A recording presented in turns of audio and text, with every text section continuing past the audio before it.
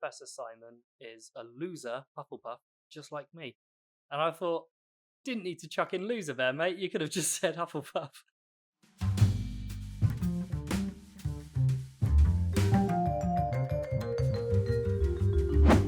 Hello and welcome to It Or Binge It, where we watch 3 episodes of a hot topic TV series and decide whether to ultimately bin it off or binge the rest of the series, just so you don't have to. I'm your host, Emily Brewster, and I'm here with my co-host, Simon Harkness. Hello. How you doing? I'm good, thanks. How are you? I feel like it's been a very long time since we've spoken. What have you been up to? Oh, man. Yeah, the reason why it's been a long time is because we've both been incredibly busy, haven't we? We have. Yeah. Do you wanna go first? Because it's been quite an exciting couple of weeks. I mean, I don't want to name drop, but seeing as you asked, I've been hanging out with Jude Law and Eddie Redmayne, which was pretty cool, for the launch of the new Fantastic Beasts, which was just amazing to talk to them. They were genuinely 2 of the nicest people that I've ever met. And Jude Law, he's more rugged than I remember back in the holiday days. But yeah, he was still pretty gorgeous, I have to say. He's aging well, isn't he? He really suits the beard. Like a fine wine. Yeah.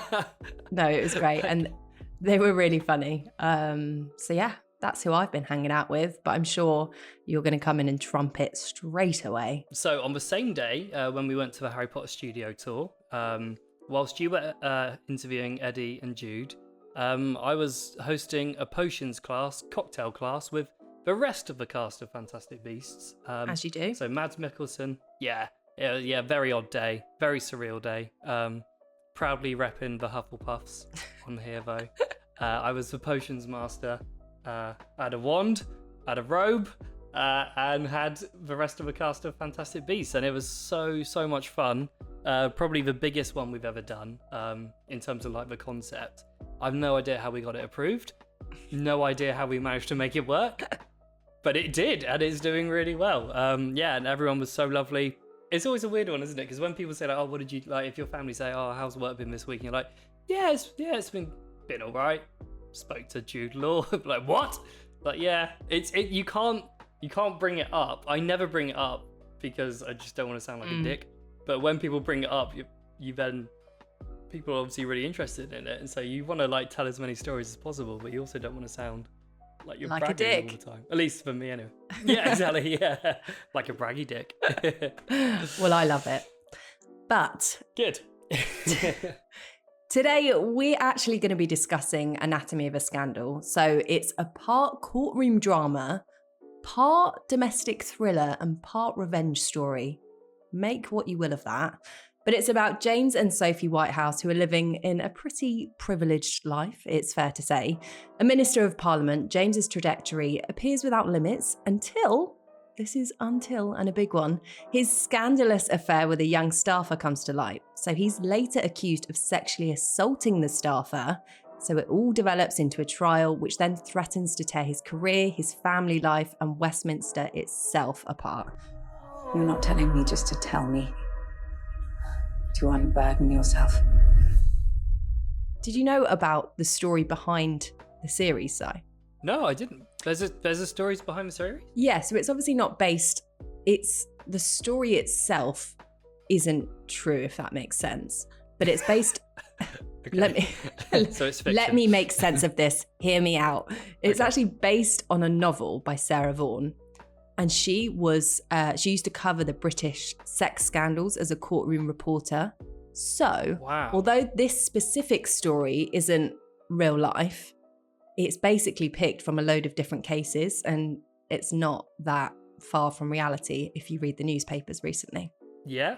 How long have we got? And how far do we want to go into this? It's not like a previous Prime Minister was part of the Bullingdon Club who did something to a pig. As I sometimes say to my children, under vastly less serious circumstances, not okay. So one thing I was really interested in with the show is like it paints them as having quite a perfect life and a perfect lifestyle, even though for me being a politician would probably be the complete opposite of a perfect life. But they're painting this portrait of this perfect family with their perfect kids who are also really annoying. No one wants annoying kids like that when they grow up. They're too polite. Do you know what I mean? They're like not real kids. They're like just cover them in a bit of mud kids. or something. Yeah, exactly. Yeah, one of them's wearing a tie. He's like 6. Take that tie off. Anyway, they're painting this picture of a perfect life, and yeah, it got me wondering: is it a perfect life? Like, what's your definition of a perfect life? The way they're trying to paint it, right? It's a very privileged life. I think that's maybe a better way to describe it rather than perfect, because as we know, turns out it's not so perfect. But they've got a nice big house. They've got an attractive wife that keeps herself well. They've got the husband, which goes off and earns loads of money and a bit of a dick. And they had this romantic love story of meeting at Oxford. And although they met whilst there was anal chugging going on in the background, but we won't go into that. That's probably the only love story that starts that way. But I get what they're trying to do. And I think they portray that well in terms of this picturesque, privileged lifestyle. But like I say, as we know, it ain't so privileged after all. Yeah, it's difficult to call your life perfect when you're wrapped up in the accusations that he's wrapped up in. Yeah, I think it's probably fair to say it does look a bit picturesque, doesn't it? I thought ever since they were showing flashbacks to him at Oxford, I just thought, you're highly unlikable. I do not like you, even at Oxford. And they keep on calling him an Adonis, don't they?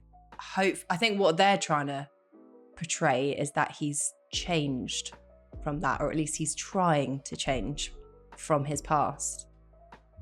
But yeah, we'll let that be determined whether he actually has or not. What did you think of the family having, gives me the shudders, a catchphrase? Oh God, what was it? White House always wins or something. A White House always comes out on top. That was it, yeah. Whilst they're playing Monopoly. Was it when they're playing Monopoly? No mate, just playing Monopoly.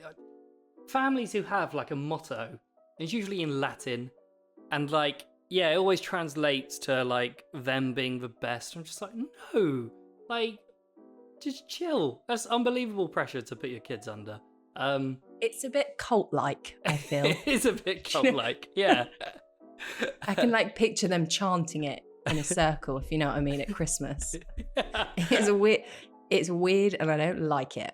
I can think... Sorry to anyone listening that has a catchphrase. If you're a Tory and you're listening to this, sorry. I think if you're at Christmas, I can imagine I used to get notes from Santa, and it would be from my grandma, and it would be from Santa, and I can imagine in that family it would be from Santa, PS, a White House always comes up on top. It would just be horrible. They'd pull a Christmas cracker, and the joke wouldn't be a joke, it would simply be a scenario in which a White House has come up on top.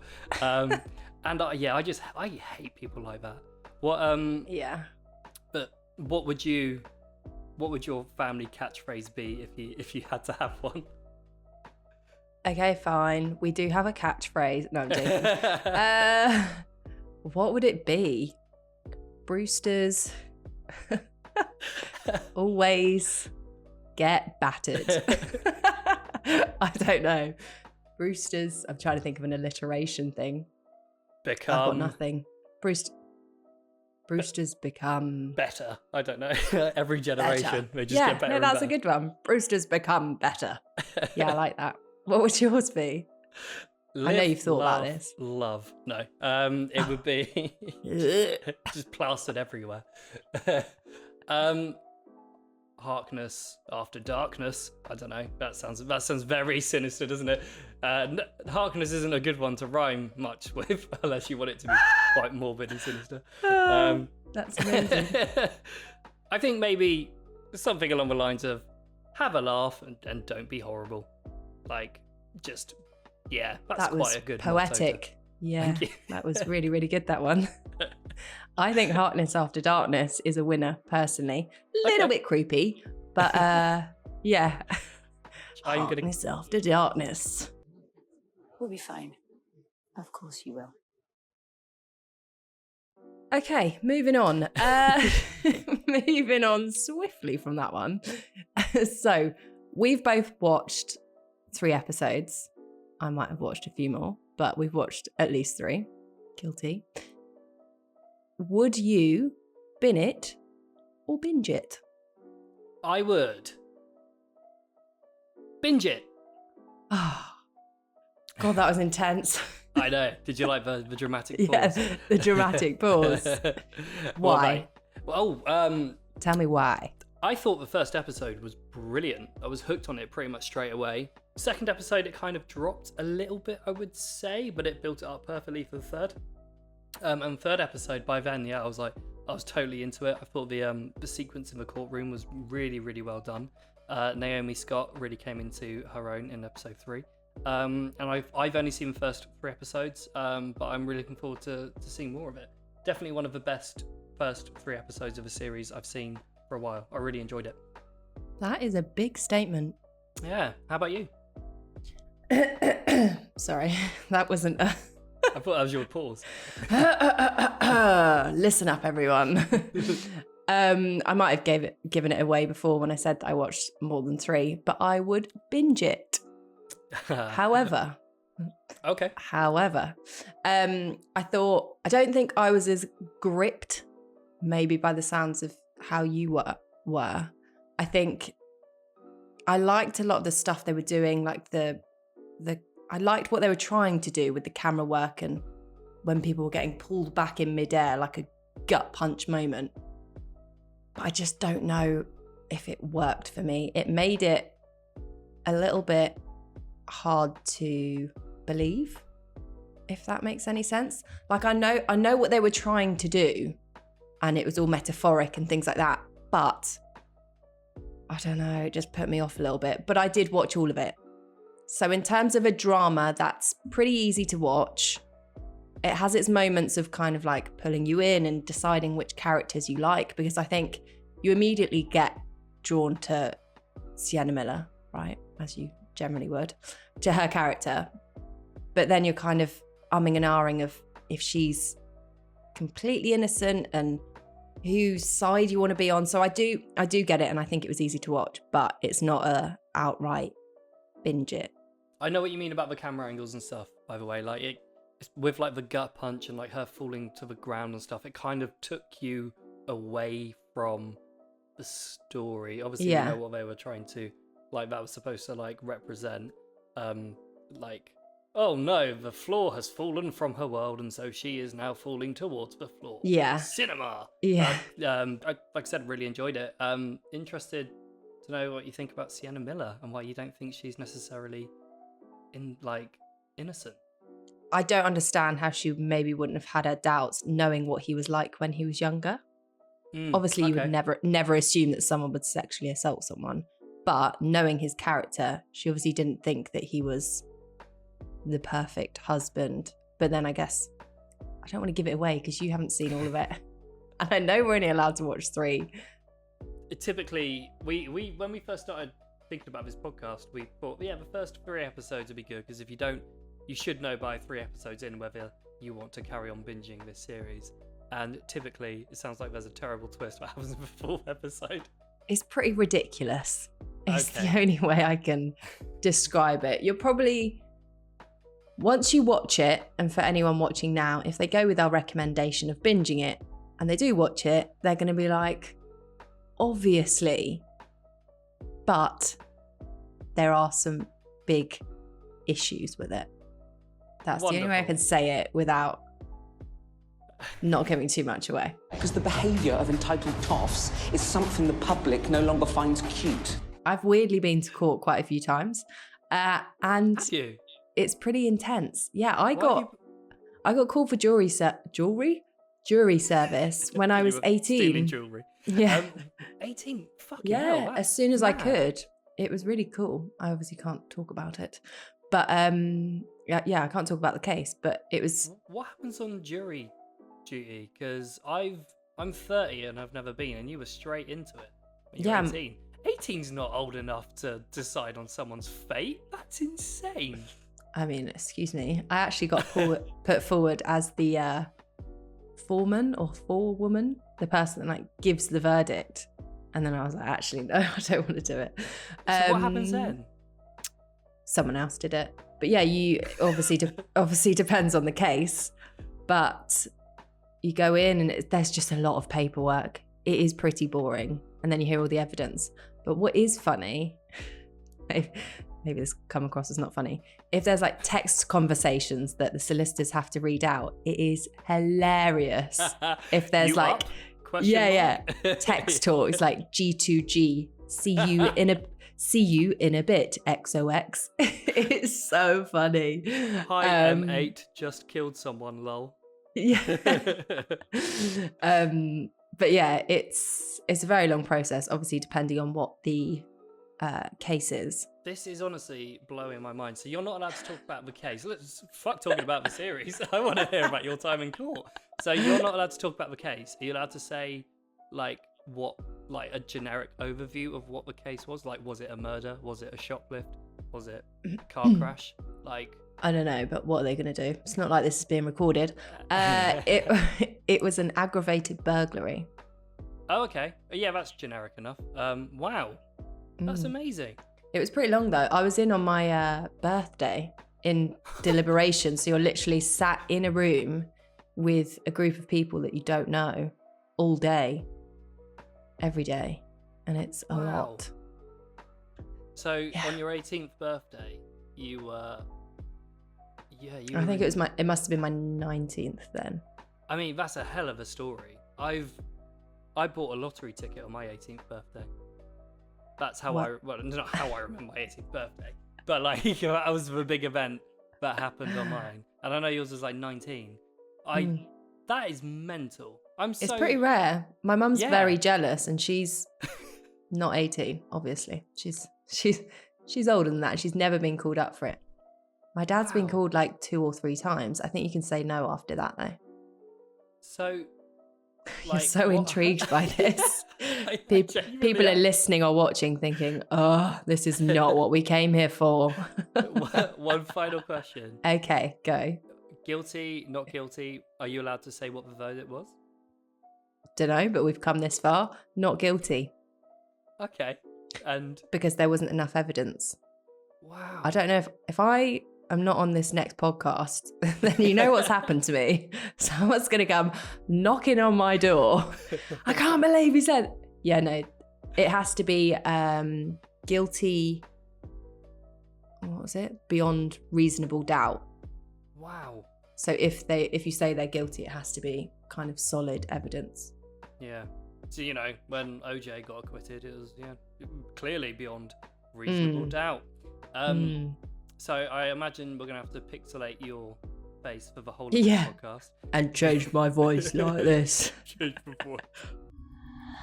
We sort of collided and then we kissed. Collided or moved together. The show is over, really. Yeah. Is there anything else? In summary, Yeah. how would you sum it up? You don't have to do 3 words, but how would you sum it up? I'm going to give you 3 words, but they're not my 3 words. Didn't ask for it. These 3 words, because I was watching it with my girlfriend, she gave me the best 3-word summary ever. It was typical fucking Tory, which really made me laugh. My review is more of a very interesting take on Whitehall. Not surprising at all. I'm pleased I'm only 3 episodes in, and I'm worried that episode 4 is going to be the clincher, where I think, nope, turning this off based on what we've discussed. But I would say first 3 episodes very enjoyable, and I am looking forward to watching it again. How about you? Yeah, I mean, don't let me put you off it. That's not what I'm here for. It kind of is if I said bin it, but just go in with an open mind. Don't think about it too much, all right? Okay. But I feel like that's the same with a lot of these dramas, right? They're not going to be Oscar winning, but they're easy to watch. They're quite gripping at times. They've got a great lineup in this. So, yeah, I'm hoping people agree. If they listen to us, questionable. If they do listen to us and go and binge it, I think they will probably agree with a lot of what we've said. And next time we can talk about the twist, and I'm sure they'll agree there. This is a two-parter. This podcast is a two-parter. I think that brings us very nicely to the end. And I hope everyone watching, listening, whatever you're watching on, agrees with us. But if not, of course, let us know down in the comments. As always, we want to hear it, even if you hate what we have to say. Speaking of comments, my favourite comment I've received in the last week was on the potions class, and it was from a lovely guy who said Professor Simon is a loser Hufflepuff, just like me. And I thought, didn't need to chuck in loser there, mate. You could have just said Hufflepuff. But thank you for commenting and boosting our ranking on YouTube. Why have you not told me this before? That is amazing. I haven't seen that. That is Honestly. so good. What a backhanded compliment. Love it. Yeah, he didn't need to put it. They might be watching now. You never know. And you've given them a shout out and made their day. Thanks very much, guys. Thanks for watching, everyone. Wait, I can't remember the name of the podcast then. That's staying in. Thanks for watching, whatever this is called. Thanks for watching Bin It or Binge It, and we'll see you next time. Cheers. See ya.